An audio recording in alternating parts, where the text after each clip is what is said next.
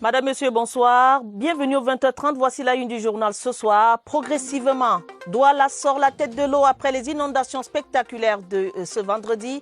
Les risques de catastrophes liés aux abondantes pluies à venir restent. Météorologues et pouvoirs publics en appellent à plus de civisme et à plus de responsabilité. Lutte contre le terrorisme. Un raid militaire mené à Pendamboko, près de Muyuka, dans le sud-ouest, a permis de saisir des armes et des suspects. L'opération était menée par les forces de défense camerounaises. Et puis, Delphine Tianga, élevée à la dignité de grand officier de l'Ordre national de la valeur à titre posthume par le chef de l'État. La première femme ministre au Cameroun a été inhumée ce jour à Messebe, son village natal. Voilà pour les titres du journal. Bienvenue une fois de plus, Madame, Monsieur, merci de nous recevoir chez vous.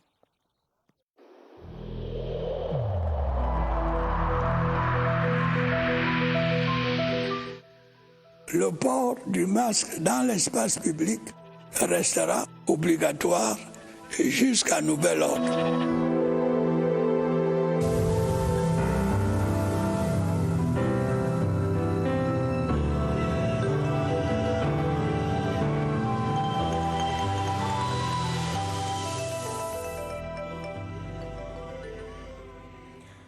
Lendemain d'inondation à Douala, la capitale économique du Cameroun se remet progressivement du sinistre qui a affecté de nombreuses familles dans de nombreux quartiers.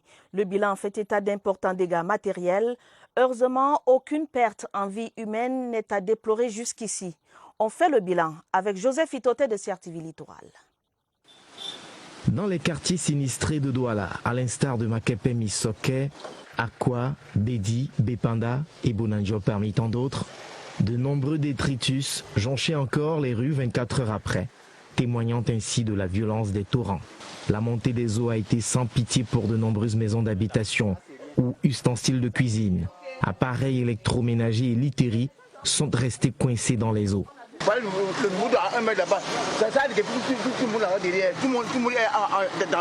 Les commerces n'ont pas été épargnés. Nombre d'entre eux ont pris l'eau. On dirait que ça va déjà à 2 mètres d'hauteur.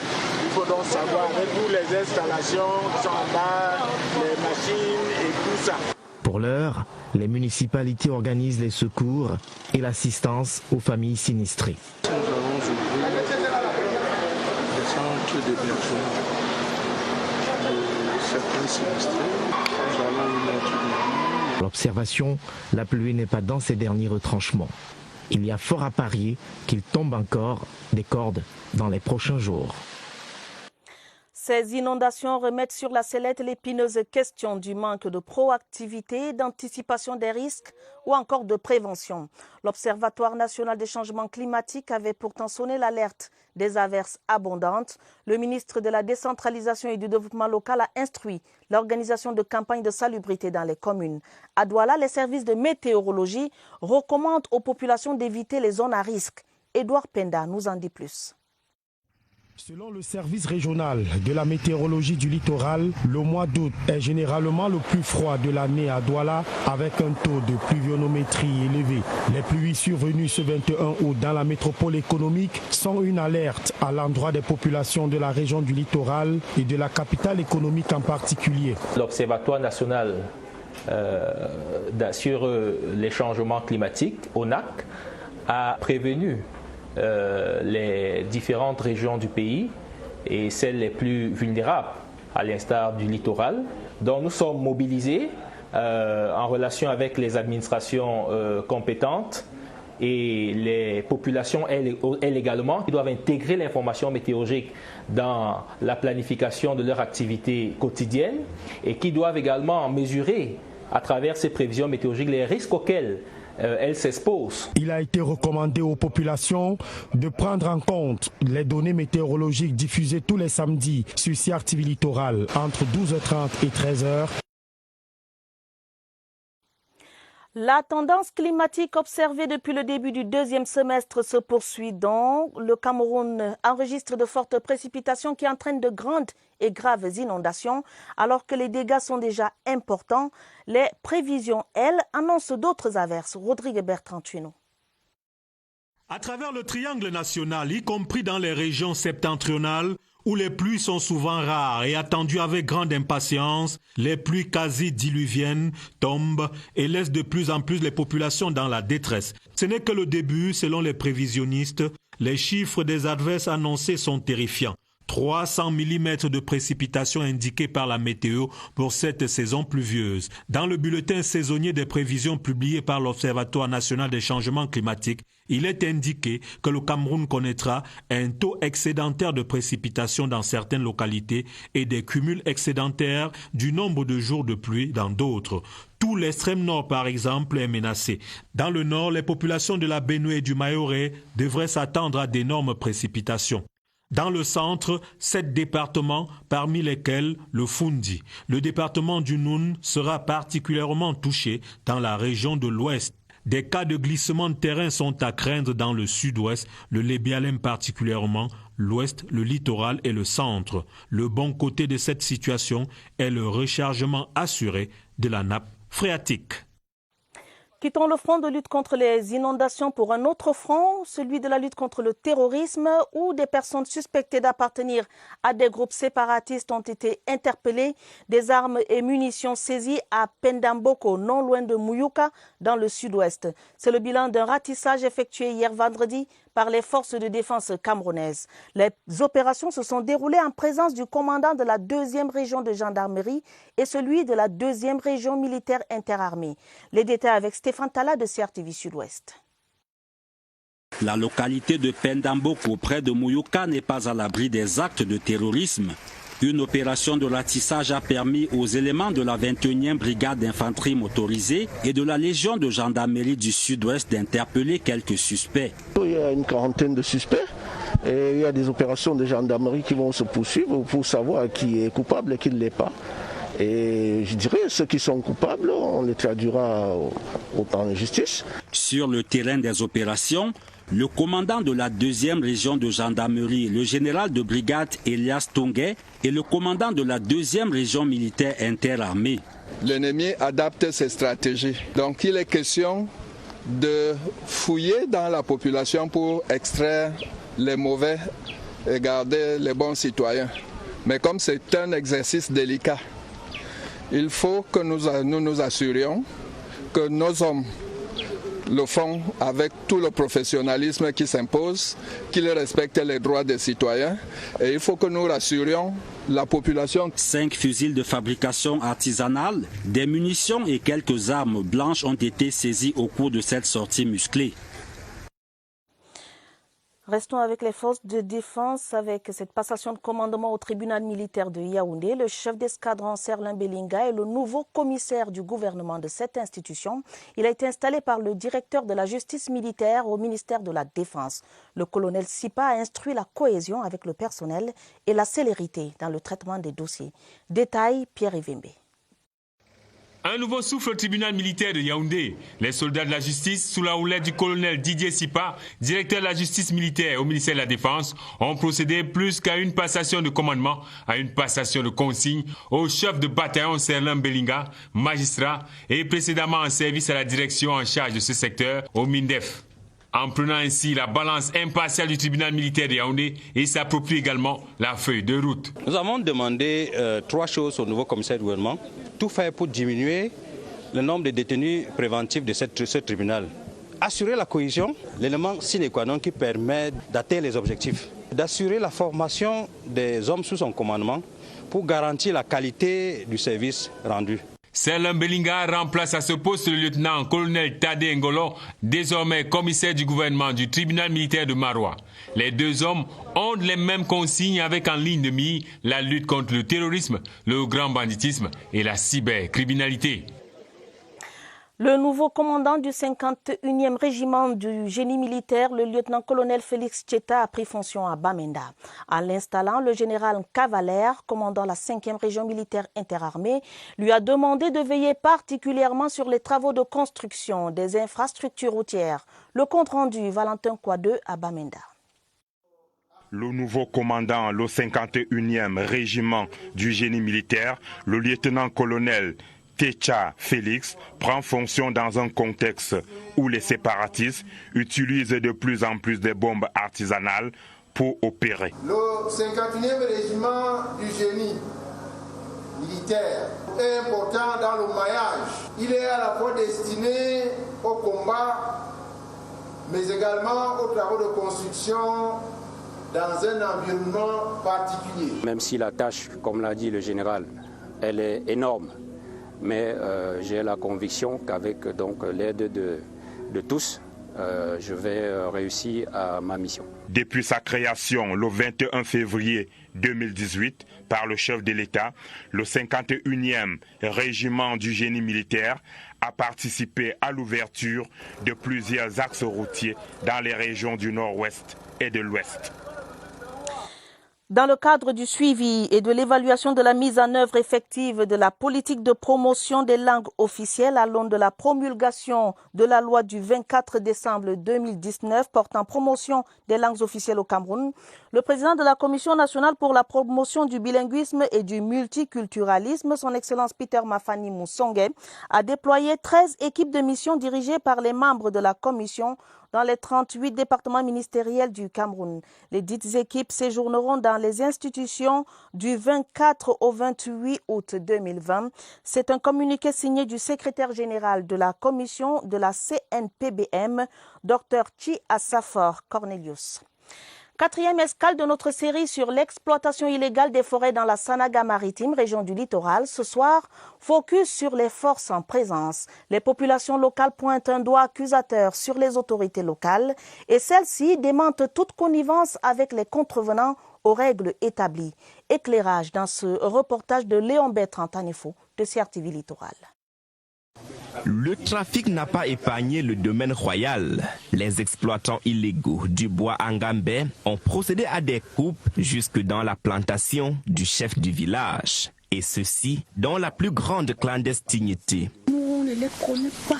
On ne les connaît pas. Mais où c'est qui Dieu merci parce qu'avec l'aide de monsieur le maire, on est venu barrer ici pour que les camions qui sortent dans le terrain de ce monsieur ici soient bloqués au moins. Pourtant, dans le village, la grogne monte. Les autorités et l'élite sont suspectés de complicité avec ces opérateurs véreux qui exploitent les ressources sans contribuer au développement de la localité. Le maire même est soupçonné. Parce que quand quelque chose se passe dans son unité de commandement et qu'il ne soit pas informé, n'est-ce pas? L'élite même me soupçonne d'être complice de ces opérateurs véreux. J'ai saisi officiellement le ministre des Forêts et de la Faune. Des suspicions qui pourront bientôt trouver des éclaircissements avec les procédures engagées. Mais pour l'instant, c'est l'ère du soupçon. La suite de cette série demain. De nouveaux responsables du ministère de la Jeunesse et de l'Éducation civique installés dans leurs fonctions. Le ministre Mounouna Futsu, qui présidait la cérémonie hier à Yaoundé, a rappelé les défis à relever et encouragé les promus à plus d'ardeur au travail. Yvonne Gaël-Avebe nous en dit plus. Le travail bien fait mérite une récompense. Ils sont 10 au total à avoir récemment été nommés par le Premier ministre, chef du gouvernement Joseph Dione Ngouté, et le ministre de la Jeunesse et de l'Éducation civique Mounouna Futsu, aux différents postes d'inspecteur de service, directeur, sous-directeur, chef de cellule et chargé d'études. Le ministre Mounouna Futsu a présidé la cérémonie d'installation des promus en rappelant que l'insertion économique des jeunes et la lutte contre les fléaux sociaux auxquels ils sont exposés font partie de leur mission. Je vais mettre tout ce qui m'est dévolu comme mission désormais, à savoir dynamiser le volontariat au Cameroun et assurer l'insertion sociale des jeunes en difficulté en exergue. Les défis qui interpellent le ministère de la Jeunesse et de l'Éducation civique sont nombreux. Mesdames et messieurs les nouveaux responsables, au travail. Félicitations aux promus. L'Agence du service civique national de participation au développement relance la formation des jeunes appelés et des volontaires. Annonce faite par le directeur général de cette institution au cours d'un point de presse hier à Yaoundé. L'opération cible quelques 1850 jeunes des 10 régions du Cameroun. Viviane Karinevina pour les détails. Le service civique national de participation au développement va enrôler 1850 jeunes appelés et volontaires aux métiers sylvo-agro-pastoraux dès lundi 24 août 2020. Cette opération, qui consiste à fixer ces Camerounais dans des villages pionniers de production, se déroule dans un environnement de crise sécuritaire et sanitaire. Un point d'honneur a toutefois été mis sur le respect des gestes barrières. Tous les centres disposent déjà des kits nécessaires, thermoflash, masques faciaux, gel hydroalcoolique et des robinets pour le lavage systématique des mains. Les dispositions ont été également prises tant au niveau des dortoirs qu'au niveau des réfectoires afin de respecter la distanciation sociale. La signature de la convention de partenariat entre l'agence et les communes et villes unies du Cameroun est venue concrétiser la volonté de synergie des principaux acteurs à accompagner ce processus. Restons avec les jeunes pour dire que l'université adventiste Kosendai livre une nouvelle cuvée d'étudiants arrivés en fin de formation. La 22e promotion baptisée Faiseurs de tentes a pour parrain le professeur Jean-Marie Kassia, l'administrateur directeur général du CRASER. La remise des parchemins s'est déroulée au campus de Nanga et Boko. Voici le compte rendu d'Étienne Pascal Azégué. Le parrain mène la procession académique et ceux qui l'ont choisi comme modèle suivent ses pas. Le professeur Jean-Marie Kassia est le parrain de la 22e promotion des étudiants arrivés en fin de formation à l'université adventiste Kosendai. Son choix est tout un symbole, tout comme le nom de baptême de cette cuvée. Notre rôle était de venir encourager ces jeunes, leur transmettre des messages d'espoir, qu'eux aussi ils peuvent, choisir qui sont des faiseurs de tentes. Ça veut dire qu'effectivement, eux, ils sont appelés maintenant à faire comme Saint Paul. Les 100 lauréats en théologie, santé, sciences de l'éducation, gestion et informatique sont issus de 8 pays d'Afrique. Ils reçoivent leur parchemin des mains du représentant du ministre d'État, ministre de l'Enseignement supérieur. L'inspecteur général, professeur Marcel Foudanjodo, n'a pas tari d'éloges à l'endroit de l'université adventiste Kosendai, étant l'unique université nationale au Cameroun. Une cérémonie qui s'est déroulée en présence des autorités administratives et municipales de Nanga et des parents des lauréats qui sont désormais des faiseurs de tentes.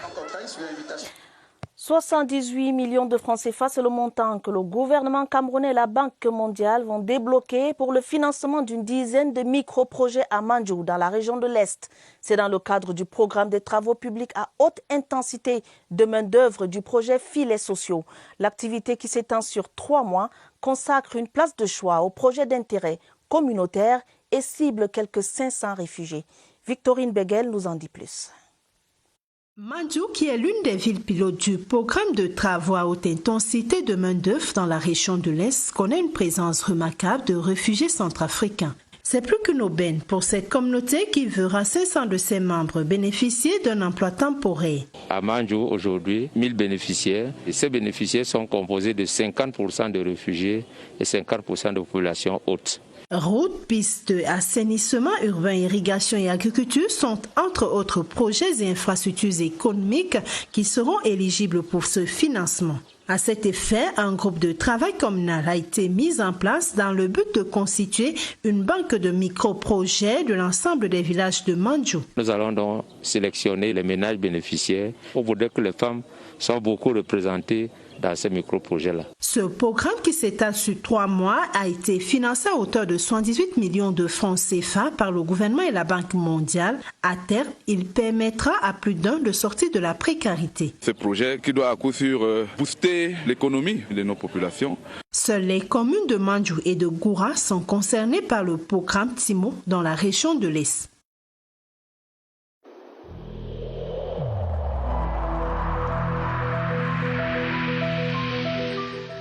N'oublions pas que la négligence d'une seule personne peut nuire gravement à l'ensemble de la communauté.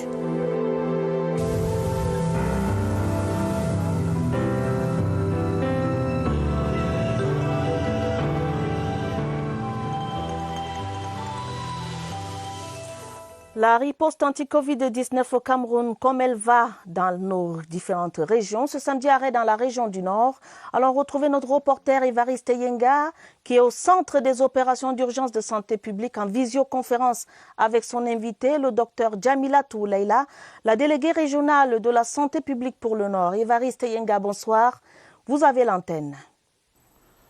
Bonsoir, Atabadine Omar, le duplex de ce samedi nous met en liaison avec le Nord, une région qui est jusqu'à aujourd'hui, on va dire la plus indemne. Elle a été la moins touchée, 133 cas. Et la nouvelle, c'est qu'aucun malade ne se trouve à l'hôpital dans la région du Nord. Là-bas, on va à la rencontre du docteur Djamilatou Lela, délégué régional de cette région sanitaire. Bonsoir, madame le délégué. Bonsoir, Évariste. Est-ce qu'on peut avoir une idée globale de la situation épidémiologique de votre région? Et puis, pouvez-vous nous dire ce que vous entendez faire pour continuer à la préserver? Oui, merci beaucoup, Évariste, de nous donner la parole. Donc, la situation épidémiologique de notre région fait état à ce jour de 133 cas confirmés depuis le début de la notification des cas, c'est-à-dire le 18 avril dernier. Nous enregistrons 120 personnes guéries et 13 décès. Donc, à ce jour, la région du Nord ne compte pas de cas actifs. Donc, en tenant compte de nouvelles orientations de la stratégie traquer, tester et traiter, tous les districts de santé de la région du Nord mènent des activités en termes d'assainissement, de sensibilisation, et surtout propose le dépistage à un maximum de personnes pour pouvoir identifier même ceux qui sont asymptomatiques dans la communauté et les traiter efficacement afin de limiter la propagation de l'épidémie dans notre région. Alors, votre région est l'une des rares à avoir disposé il y a bien longtemps d'un laboratoire. C'est une annexe du Centre Pasteur. Ce laboratoire a été équipé, il y a eu des réajustements. Qu'est-ce qu'il a reçu comme réajustement et qu'est-ce que cela a changé dans ses résultats? Il a dans un premier temps servi de centre de dépistage pour les 3 régions septentrionales, Adamawa, Extrême Nord et Nord. Donc, disposant déjà d'un appareil de biologie moléculaire, il a été ravitaillé en intrants nécessaires à la réalisation des tests de dépistage. Ainsi, à ce jour, 908 tests PCR ont été réalisés avec 130 positifs et 120 personnes ont été retestées à la fin de leur traitement. Merci, madame le délégué, de nous avoir conduits à travers votre territoire sanitaire, la région du Nord. Merci d'avoir été disponible à Atabadine Omar. Voilà l'essentiel des nouvelles qui nous viennent de la région du Nord. Suite du tour des régions, ce sera demain. Nous serons en liaison avec le délégué régional de la santé publique pour l'Adamawa. À vous le plateau. Merci Évariste Yenga. Le rendez-vous est pris pour demain. La terre de Mesebe dans la région du centre s'est refermée sur une légende, un monument, une icône. Delphine Changa y repose désormais. La toute première femme ministre au Cameroun a reçu du chef de l'État à titre posthume la médaille de grand officier de l'Ordre national de la valeur. Je rappelle que Mesebe est son village par alliance. Voici le compte rendu de Augustin Guizana. La terre de Mesebe se referme définitivement sur une icône du leadership féminin au Cameroun. Delphine Tsanga, immortelle, à travers cette décoration à titre posthume par le représentant du chef de l'État Paul Biya. Au nom du président de la République et en vertu des pouvoirs qui nous sont conférés, nous élevons à la dignité de grand officier de l'Ordre de la valeur à titre posthume. L'horizon funèbre prononcé par les responsables Actions Cameroun, sa famille politique et biologique, ainsi que l'homélie de l'archevêque métropolitain de Yaoundé, Monseigneur Jean Barga, ne tarit pas d'éloges à l'endroit de l'illustre disparu. Voyage accompli, une belle réussite, pour un exemple pour les jeunes.